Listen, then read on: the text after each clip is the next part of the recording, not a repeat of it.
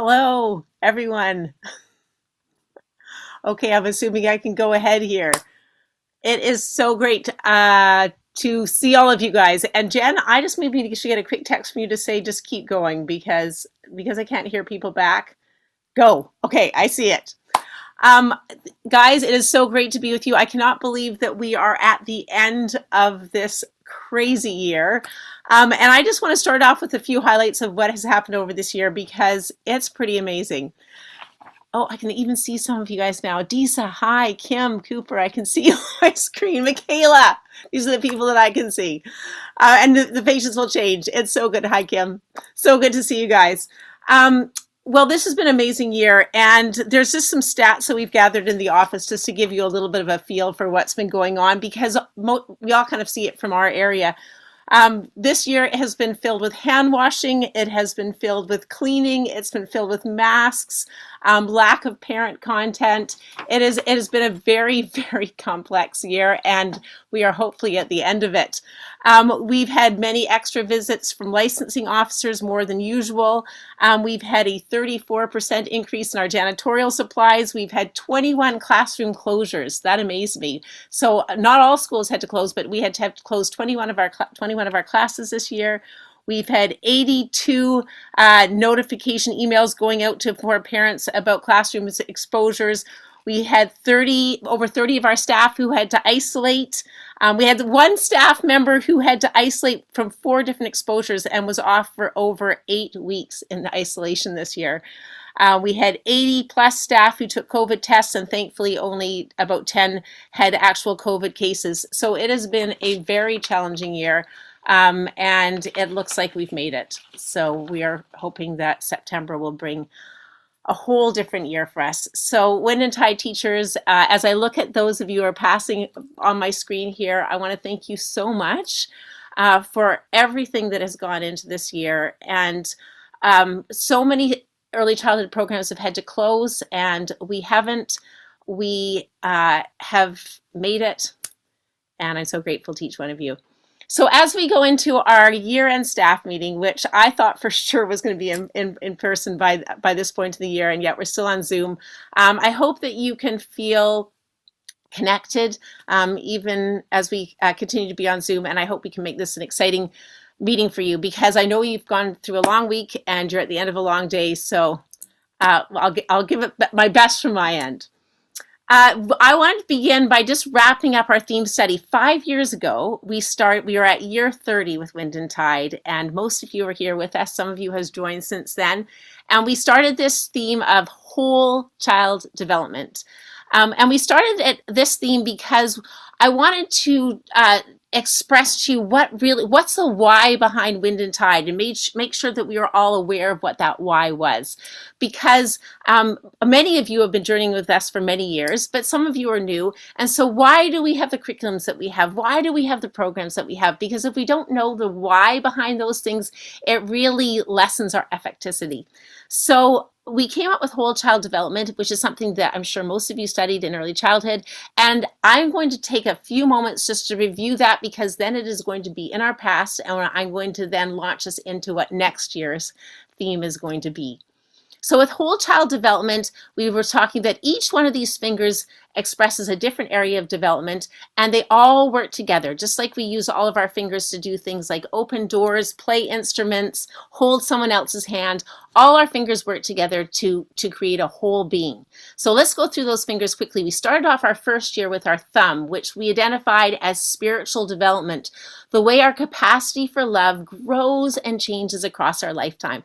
So what we were saying was that at Wind and Tide, we want to focus on spiritual development with our children. And we use the thumb to identify spiritual development because our thumb is opposable. It presses into all of these other fingers. So if we don't have our thumb, all of these other fingers are lessened in their potential. So spiritual development, our capacity for love and how that grows and changes across our lifetime, that affects all these other areas of development. And we said we facilitate spiritual development through the emerging wondrous understanding I'll just reflect what we talked about with those words. So emerging was meaning that it's not going to change. Like preschool is when we're getting the roots down, and there are powerful roots and really important roots, but it's going to emerge over their whole lifetime. It's going to go on and on and on. So we facilitate spiritual development through the emerging, knowing that it's just going to be starting during these early years. Wondrous, because it's mysterious, it's complex, it's not something that we can really control and totally nail down. It's wondrous. Through the emerging, wondrous understanding. So the word understanding, I identified that with at a staff meeting 5 years ago. Some of you might remember it, where I jumped up on a chair and said, what the word understanding means is what's under our stand. What information, what concepts, what values, what attitudes, what beliefs are we putting under a child's stand in life? So that's where those words come in. So we facilitate spiritual development through the emerging, wondrous understanding. And these were the 3 areas that we do this through our curriculums in our program. A, that all living things are connected. B, all living things have inherent value. And C, we are all part of a bigger story. So hopefully as you reflect back on this, you can see that that's woven through all of our curriculums, but particularly through beginner's biology and World of Wonders and Going for Goodness, that you can see that's the backdrop behind that curriculum. So that's spiritual development. The next finger was cognitive development. We looked at it at our second year. And cognitive development we expressed as the way our thought processes grow and change across our lifetime. And at Wind and Tide, this is the why behind our curriculum, just like spiritual development. The why behind the curriculum is we facilitate cognitive development through the emerging wondrous understanding. And these are things that hopefully as you listen, you go, oh yeah, this is what I'm about as a teacher. This is why Wind and Tide exists, is to teach these things that A, we never stop learning. And that the thoughts, I'll leave it at that one for now. We never stop learning. So hopefully we're showing with our kids all the time.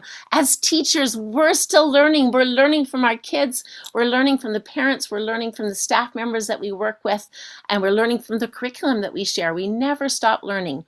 B, that we are what we think. What we think about is so important because that fuels our emotions and it fuels our behaviors. It fuels what we pursue in life. And C, that curiosity sparks creativity, wonder sparks wisdom, and encouragement fans ablaze. So hopefully as we read through that quickly, you go, oh yeah, this is so important to my teaching. This is the fuel behind who we are at Wind and Tide.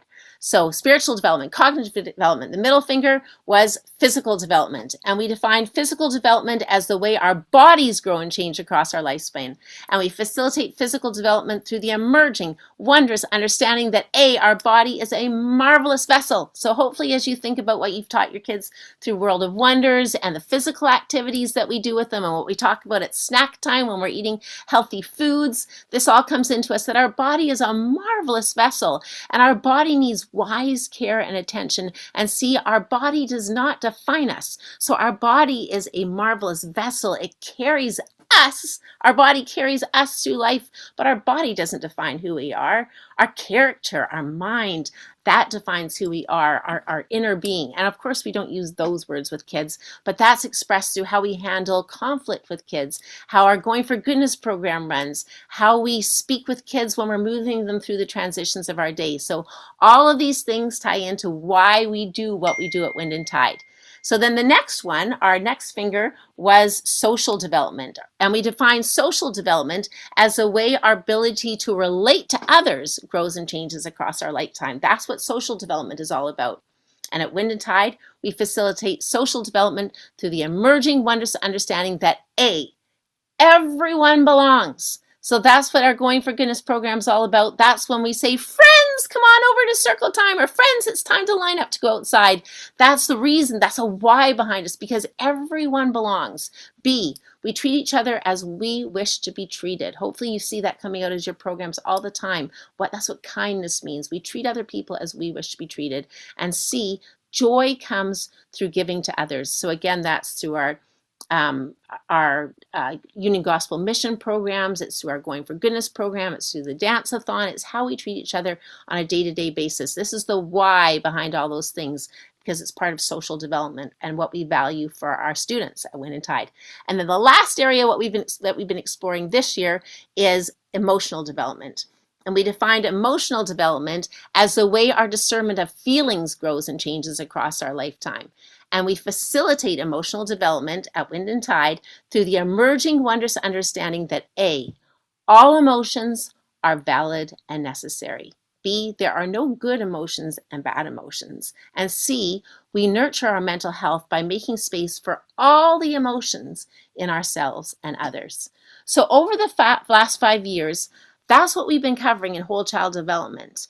And for some of you, I know it's felt like a bit of a slog at times because it's felt like, can we please get to some practical stuff? And I just want to say once again, I think this is the ultimate practical because this is what we're about as a company.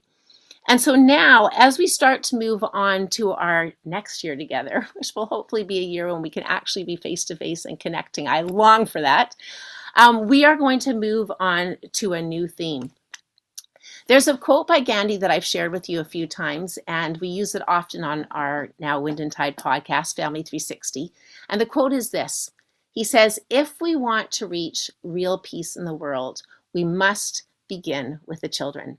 And this is really what Wind and Tide is all about. This is the motivation for expansion into new communities. This is why when we started in White Rock, we decided to move into Langley, and why we moved from Langley afterwards into Coquitlam and into Maple Ridge and into Abbotsford and into Chilliwack. This is why we continue to expand, because we do believe, and you may not all articulate it like this, but I really do believe you honor this as teachers, or you would not be probably working in ECE, that if we want to reach peace in the world, if we want to make a difference in the world, if we want our world to continue to grow in its maturity and its capacity to relate to each other, we have to begin with the children.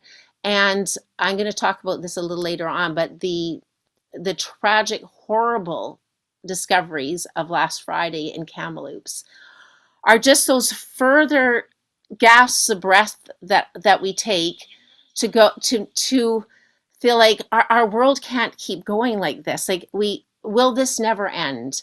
And the hope, I really believe, is children. That if we want the world to change, we have to begin with the children. And so over this 5-year theme study of whole child development, that's who we are at Wind and Tide. That is our culture. That is our belief that when we nurture the whole child, we are nurturing our world and our hope for the future. So is this practical? It is absolutely practical. This is what we're about. And hopefully, as we've gone through this, you've seen how this is coming out through the curriculums that you've seen, in maybe ways that you didn't realize that were there, and how this can fuel your teaching for future years. So as we move into next year, I'm just going to stop for 1 second because Roy's got music coming in here. Okay, I might have to run out for just a second because there's music coming into the background. As we move into next year, we've spent some time thinking about what will be our theme. And, excuse me, there was just music coming into here. So yeah, thank you. Okay, awesome. I'll introduce you to Roy if you want to see him really quickly. This is Roy Salmond. Hey.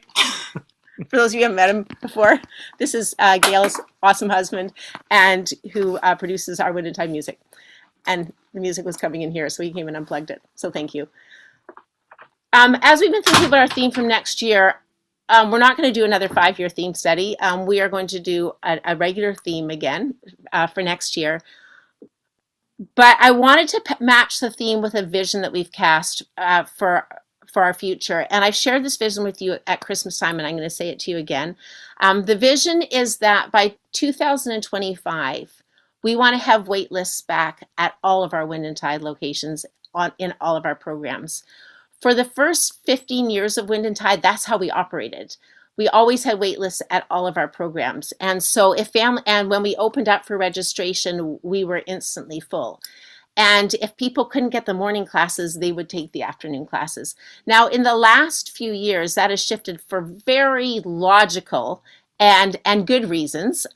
Some of those reasons are we opened a lot of schools in the last few years, so we were able to welcome in a lot of those people that would have on wait lists. And 2, there have been so many other early childhood education programs that have opened, and that's a really good thing because there's some other fantastic programs that run. It's not just us. And we want that. We want that for children and families. But what happens to us when we run full is really important, because when we run full, people ask the question, why is that school so popular? Now, some of you may have heard this before. I was actually talking to one of our Wind and Tide dads today in a discussion related to our podcast, but he said, oh yeah, everybody in the past, I've heard people say Wind and Tide is like a cult. Now, I just laugh at that because I don't want to be known as a cult, but there have been, we're not, but I think that we've had our years where people have thought, why are they so popular? And that question is really important, because what has come down to is we're popular because of our culture, of what it is that we teach children and how we encourage families. Because it's not that we're cheaper, because we always aim our tuition to be right at the middle of the road. And it's not even necessarily because we're in everybody's neighborhood and we're just easy for them to get to, although that is part of what we strive to be, is making ourselves more accessible to parents, because we do have families that drive quite a distance to get to our schools. We want to be known because of the culture that we have. And when we run full, that is the question that people wrestle with. They don't, when we have spaces in classes, it can be more to think, well, I went to Wind and Tide because it's where I could get a morning spot. Or I went to Wind and Tide because it was just in my community. So we want to be known for our culture, because when we're known for our culture, we have more of a platform to put out to families and parents to really encourage what we feel is really important information for children, which comes down to whole child development. That is what we want people to be knowing about. So our vision is to be back to waitlist in all our schools by 2025, for that important reason of being able to better convey our culture and care for families. And we want to reach that level, we want to reach that vision based on our culture and based on how we share ourselves with families. We're not going to be lowering our prices. We're not going to be scrambling to open schools in particular communities so we can fill up. We want to reach that vision based on the culture of who we are. So that brings me to our theme for next year. Next year, we have chosen the theme of belonging, what it means to belong. And this is going to be an expansive theme. We're going to be looking at what does it mean to belong as a staff member at Wind and Tide. And when I say belonging in general, and even when I say what does it mean to belong as a staff member at Wind and Tide, it's one of those things that are beautiful to say and very difficult to live out. And I'm sure that at least half of you right now are listening to that with some degree of cynicism about how you feel you belong at Wind and Tide. And that needs to change. We need to address that. We need to work on that. And it is easy to say and difficult to do. I compare it with our vision statement for Wind and Tide, or our philosophy statement for Wind and Tide right now, which is that Wind and Tide, where every child deserves rich, life-enhancing knowledge. And we stop on that word every, and we say, this is lovely to say, but this is difficult to do, because can we say from every child that comes into your school that they have received rich, life-enhancing knowledge? I think most of us can say that most of our kids have done that, but some of them haven't been able to receive that because we haven't had the capacity to really know how to address it. For those kids that don't speak English perhaps, or those kids with certain behavior problems, or those kids whose parents are just in a situation that's making it difficult for them to receive that kind of information. So can we say that every child receives rich, life-enhancing knowledge? No, but we really want that to be true. And the same is true for a theme of belonging next year. When we look at, just for this quick example, that every staff member, we want them to feel that they belong at Wind and Tide, that's going to be difficult. And it's going to require some very complicated conversations. And I want to explore that together. And I hope and pray that a lot of that can be face-to-face and not on Zoom. We want to look at belonging for our children, for our students. That's what whole child development really is all about. It's about belonging, knowing that we're all connected, that we're all important, that all feelings are valid, that there aren't good feelings, there's not bad feelings, that we can all be friends at Wind and Tide. We want our children to experience, our students to really experience what it means to belong, regardless of their race, their family background, their gender. We want them to feel like they truly belong. And that's beautiful to say, but it's hard to carry out. We want our families to feel like that, the parents that come to Wind and Tide. We want them to feel that they truly belong. So that's going to be our theme from next year. We're going to dig into that in many different ways, but I'm really excited about that theme. Just in closing, I want to give you a project that maybe some of you want to take on. And it ties in with belonging, and it also ties in with a theme that we're leaving behind us. Um, Last week, as I mentioned before, on Friday, we had the horrible news of the 215 children's bodies that were found in Kamloops, and it's very difficult to conceive of how that can have happened. But what history shows us is it keeps happening again and again. And the assumption will be that this will happen again, that people will look back to 2021 and see horrible things that have happened that perhaps we're unaware of, but that 100 years from now, people are appalled could have happened in our lifetime. And so we want to look back at those years, not thinking, how could people have done that, but how do we be different people now? Next Friday, I am interviewing Monique Gray-Smith, who's an author and an international consultant and speaker. She's also a Cree leader, and she's written 5 best-selling books about Indigenous studies, Indigenous stories. She's a really fascinating woman, and I had this interview set up several months ago, so it's just coinciding in a way that I feel very thankful for. She has so this is my question for you. She has a TEDx talk. Her name's Monique Gray-Smith, and Jen's going to send this out to the currents for you, but you might want to jot it down right now. If some of you feel comfortable, I would love you to watch that TED talk. It's 10 minutes long. She's giving the TED talk to teachers. I don't think it's particularly preschool teachers, but it certainly sounds like it's elementary young children, teachers of young children. And I would love you to listen to that and think, what questions would you want me to ask her about what it means to help children of any race, of any background, of any orientation, of any gender belong in our preschool classrooms? And I wonder if you have specific questions that you'd want me to ask her. Her topic with me right now is planned to be on kindness and the medicine of love. Those are her 2 key areas that she addresses right now. So that's going to still be the area. But I would love, especially in light of what happened last week, to ask her some relevant questions about, if we want to reach peace in the world, we must begin with the children. How do we, as a company that has 3,500 children under its care every year, how do we begin with the children in a way that's 100 years from now going to make a difference?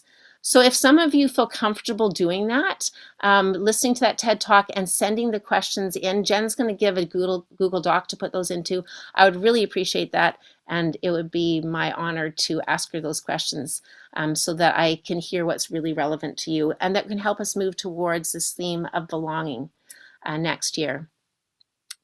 So as I wrap up my section, I want to thank you again so much for all the energy. I know this year has required a lot of energy, for the time, for the commitment that has been poured into this year right across our staff team, administration, and teachers.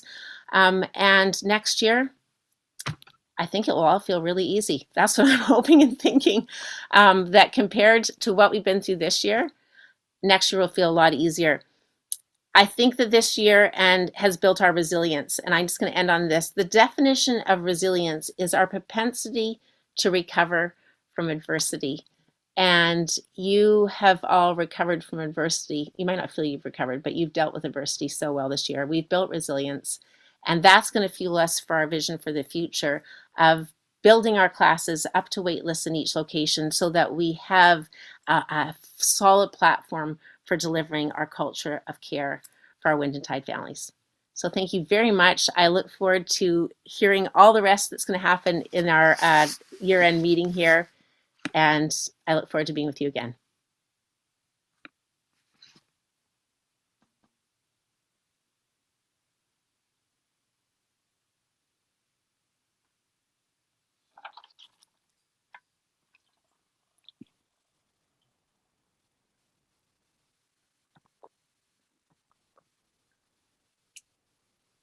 Good afternoon. I think it's a go, and so I'll dive in and trust that you can all hear me. It is so good to be with you all this afternoon, and I echo what Rachel has already said. with all of my heart, I hope that we are able to be together next year, whether that's at kickoff or our Fall Pro D Day. But we miss being all together, and so that will be a celebration when that day comes. But in the meantime, I'm here to talk about two very practical aspects of belonging. One is your fall contract for your teaching appointment, and the second is our years of service. So letting you know that your Wind and Tide teaching staff contract is being sent to your Wind and Tide email address this afternoon. For some of you, it may already be there, but if you don't see it by Monday morning, I would ask that you connect with Jean in our office. Sending these out one by one to each of you is a bit of a task, and so there is room for error. And obviously, we want to make sure that none of you get missed. So please do connect with Jean if you don't see that. In the meantime, I would invite you to head to your teacher portal and to take a review of the teaching staff handbook. There have been some edits and updates for the fall 2021 school year. And we always want you as our teaching staff to be fully aware of the processes, the policies that guide what we do in creating a great place of belonging, I guess, as Rachel has said. So I do ask you to review that. And then once you've done that, please do sign your contract and email that back to Jean no later than 4:30 p.m. Monday, June 14th. So that's in just over a week's time. And as you send that to Jean, I would kindly request that you scan that. So really simply, that's just having a scanner app on your phone rather than taking a photo, because generally when photos come in, it's difficult for us to reproduce. So again, if you can scan, well, I would say sign, scan, and send your contract to Jean no later than Monday, June 14th. That would be fantastic. So that's all that I've got for now for contracts. As always, you're welcome to phone our office or email one of our HR staff if you've got any questions or concerns. We celebrate that contracts are going out and recognizing the year that we've had, just this great privilege to continue to provide learning environments for young children in the midst of a really difficult climate. Makes me grateful, makes me thankful that again next year we are moving forward with all of our contracts, and I'm excited too. There's very little movement in our locations. There's really only a few positions where we are hiring additional staff, and so we have a strong team as we get set for September 2021. Moving on to years of service, we are delighted to be celebrating Wind and Tide staff who have worked with us for 5, 10, 15, 20, and this year again, 25 years of service. And because we weren't able to gather last year, this year we have put together a video tribute to celebrate both this year's award recipients as well as our last year's award recipients. Again, because we're on Zoom, your regional director will be coming to your location for those of you who are being honored this year with your gift, with a tribute that has been written about you by your regional director and some of your colleagues, and also your years of service certificate. So sit back and relax and enjoy this slideshow tribute. And as you do, I want to make one special note. Jeannie Davis, we are celebrating 25 years of your commitment and your teaching career with Wind and Tide. That is no small accomplishment, and so we'll get to hear from Rachel with a special tribute as well as a few photos that showcase Jeannie's 25-year career with Wind and Tide. So again, from me to all of you as award recipients, congratulations, and we're so honored to have you as a part of our team. Thanks so much.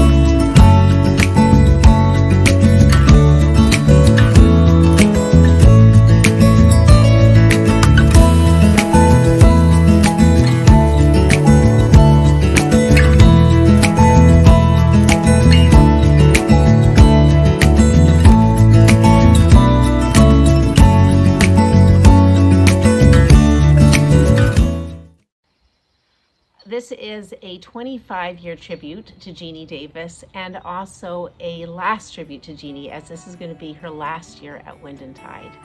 So Jeannie, I love you, and I hope you enjoy what I could write for you. Jeannie, it will be a great loss to no longer have you at Wind and Tide. Your steadfast, gentle, generous manner will be missed, and we will not be the same without you. Whenever I think of you, a mixture of images come to my mind. I see you with glory at our 140th Street location, standing in the coat room between the classrooms laughing, likely at having survived the antics of particularly tricky students like Elizabeth and Michael all those years ago. I see you championing the underdog, the children and parents who demanded so much but didn't know that they did, but you knew that they did, and you loved them enough to cover their needs to belong. Championing the staff members who need your warmth and care and connection, polishing them to shine. I see you in beautifully displayed and cared for classrooms, making school feel like home for your teaching partners and for your students. I see you tucking new assistants under your loyal and loving wing, helping them to realize their potential and power in serving children and families.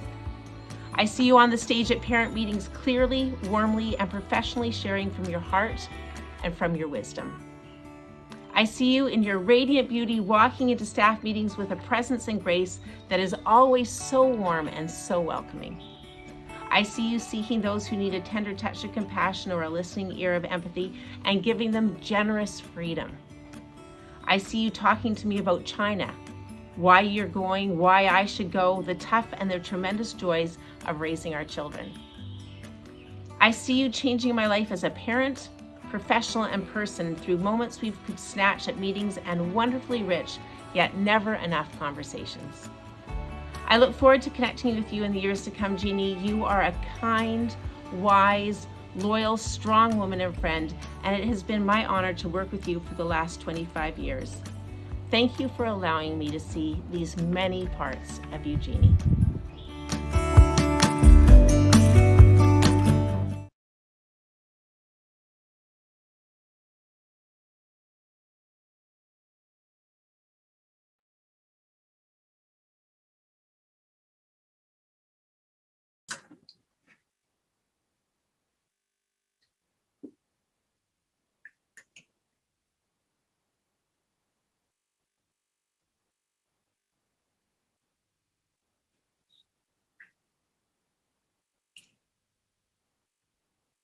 Okay, can you guys see me?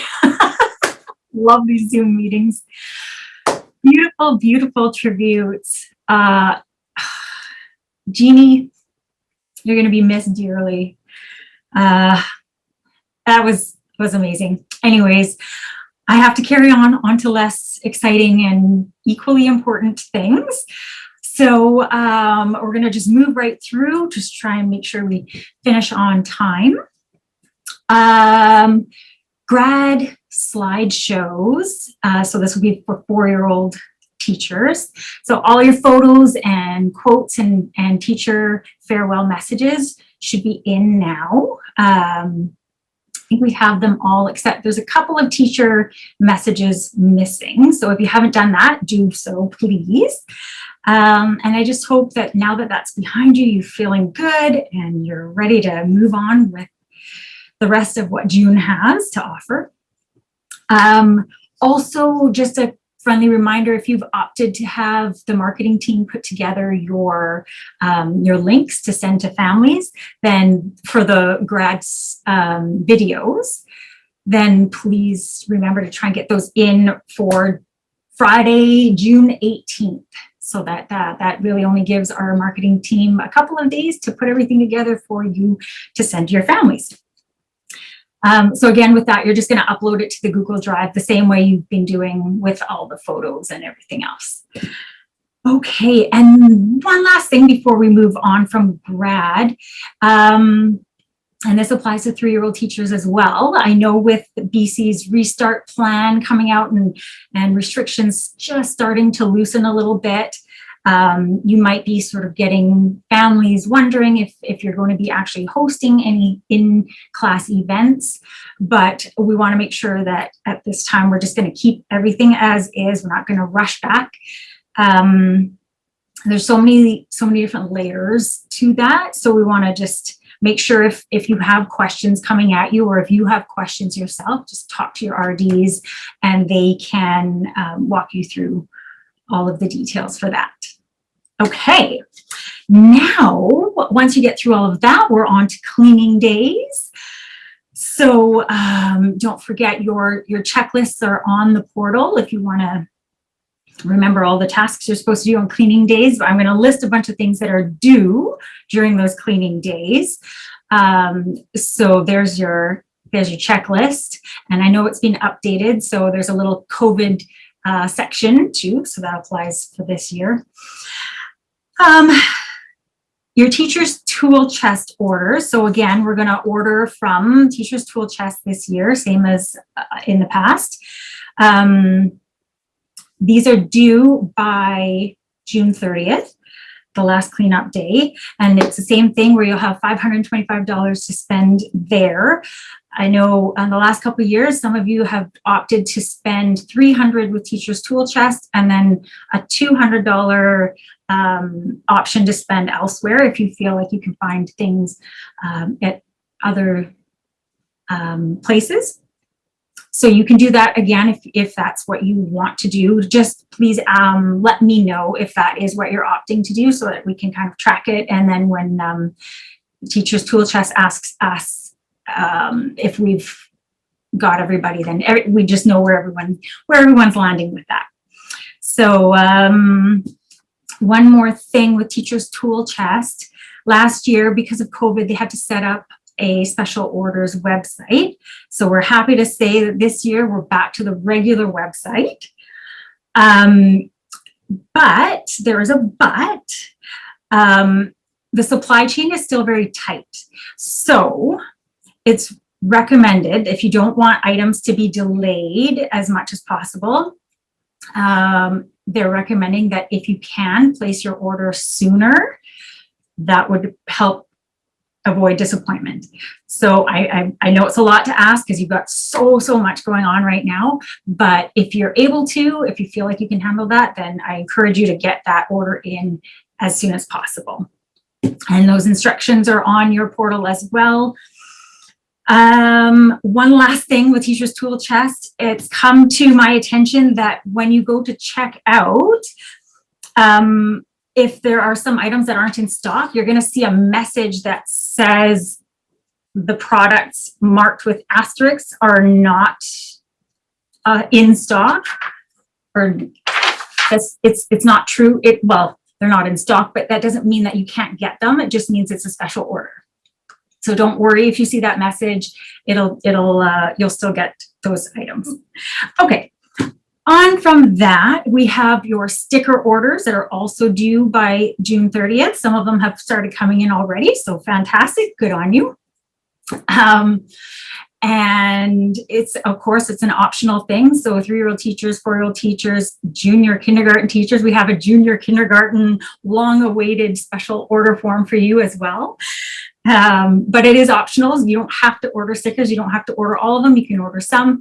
Just if you do want them, just make sure you get them to me by the 30th.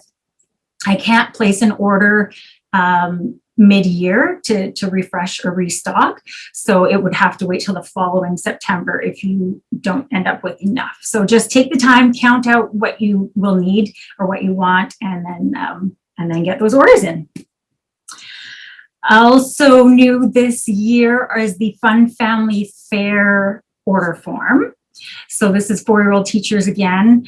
There it is right there. It's super simple.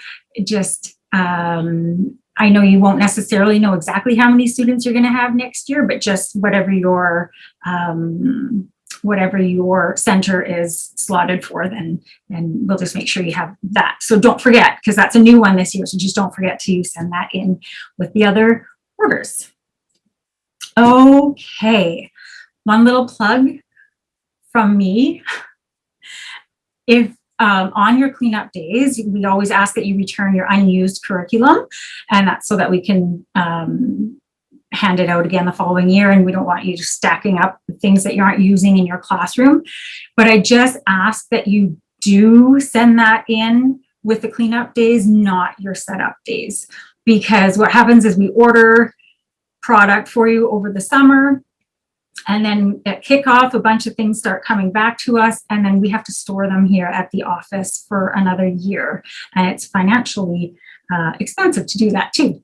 So if you could just try to get everything cleared out from your classrooms for cleanup days, that'd be great. Oh, but that doesn't include stickers. Keep your stickers. If you've got half sheets left, just add that into what, or calculate that into what you need. Perfect. Okay, expenses. Expenses, your deadline is, of course, July 15th. So you've got to get those receipts in before fiscal year end. And just a reminder that nothing can be reimbursed after that. So make sure you're not late on getting that in to us. Almost there. Attendance records. These are, I love that. These are returned in the student binders, along with your emergency consent forms and all of the attendance records. So unless you're childcare, please hold on to it until September.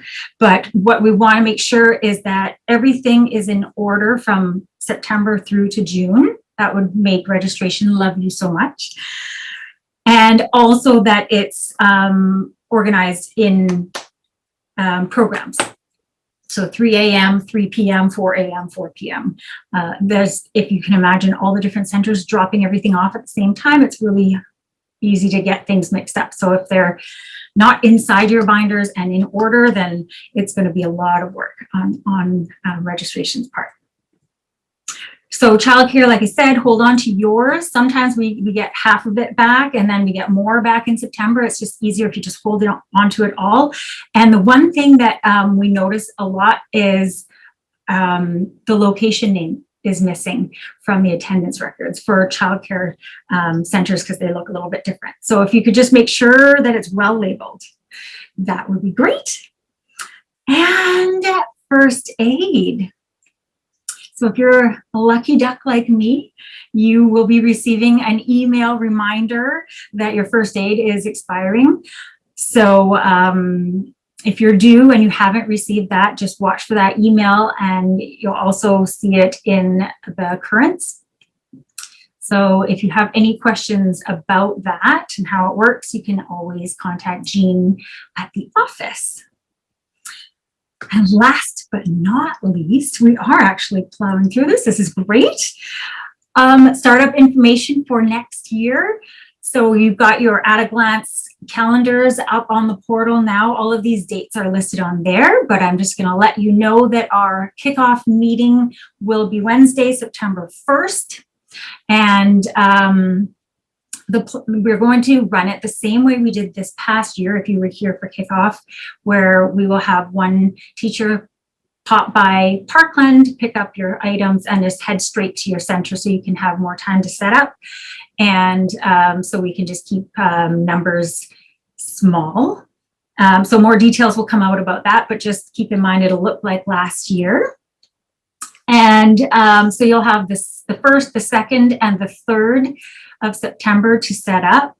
And then we have our Labor Day on Monday, September 6th.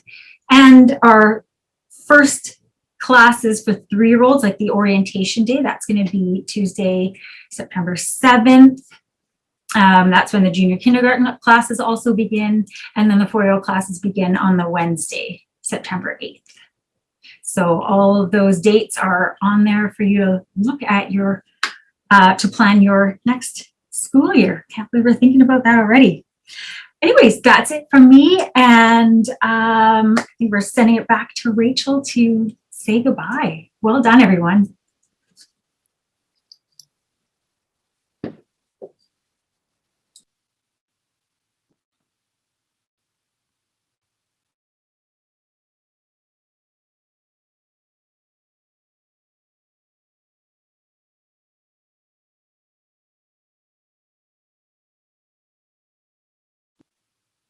There, Amanda, can you hear me now? I can just see your face. Lets me know if I'm on. Okay, awesome. So I just want to close us off with a prayer, which is kind of our custom.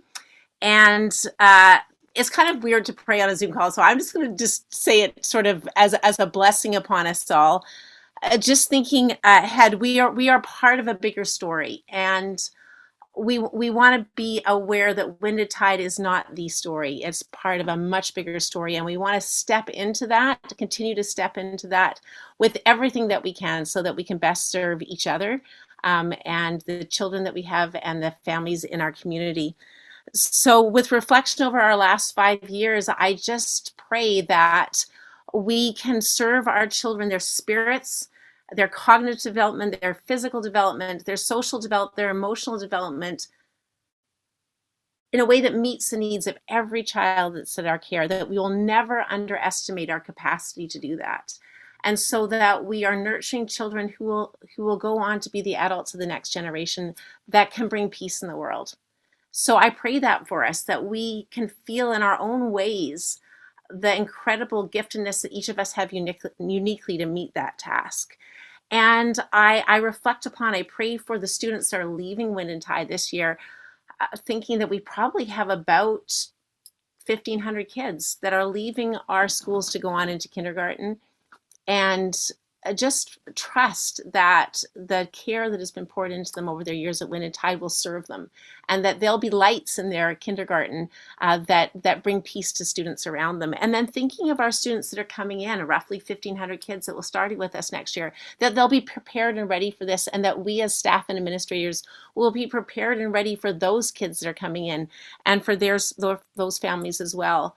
And then just thinking of our staff that will continue on right through the summer. For some of you, this is almost ready for a little bit of a break, and for others of you, you're going to go right through the summer. So thinking of our childcare workers that will continue on right through the summer, just that you will have energy, joy, that the sun and the radiance will fill you up in what you're doing, so that you can care for your children in beautiful ways and their families. And for those of us who are going to have a little bit of a rest, that we will have rest. It'll be different. We're not going to be going away traveling, but just finding rest in what we have. So as we leave this year, and whatever that's going to mean in our different states, I pray that next year, as we focus on belonging, that we will discover amazing things about ourselves personally, amazing things about who we work with, and the children and families that come into our care, so that we can belong together. And so I'm so thankful for the gift of Winded Tide. I'm so thankful for the freedom that we have to care for so many children and families. And I pray that we'll do that, that the work that has begun in us will be carried on to completion. So that is my prayer. And I can't say goodbye to each of you individually. I can see a few of you on Kim. I can still see you, Disa. I can still see a few other ones of you there. But in my mind, I'm seeing you all. I hope whatever you're doing this summer, that you are rejuvenated. And I look forward to seeing you again at our kickoff meeting. Bye.